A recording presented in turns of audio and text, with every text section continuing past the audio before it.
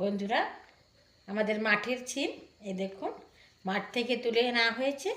এই যে মাঠের ছিম, আর এই যে অনেকটা পেকে গেছে, আর এই যে বিচি বের করে নিয়েছি। এখন ছিমগুলো কেটে দিচ্ছি। দেখুন এইভাবে আঁশটা ছাড়িয়ে নিচ্ছি, দু টুকরো করে দেবো। আর যদি ভিতরে পোকা থাকে এমনিভাবে দেখলেই হয়ে যায়, বোঝা যায়। তো সেটা বেছে নিয়েছি, ভালো করে এভাবে কেটে দিচ্ছি।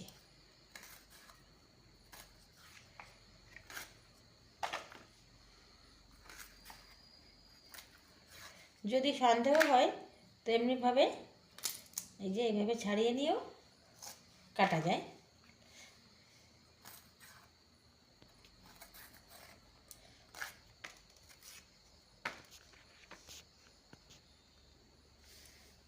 সমস্ত ছিম আমি কেটে নিয়েছি। এই দেখুন অনেকটা বীজ বেরিয়েছে, আর বীজগুলো খেতেও দারুণ হবে। একসঙ্গে দিয়ে রান্না করলে না খেতে দারুণ হয়।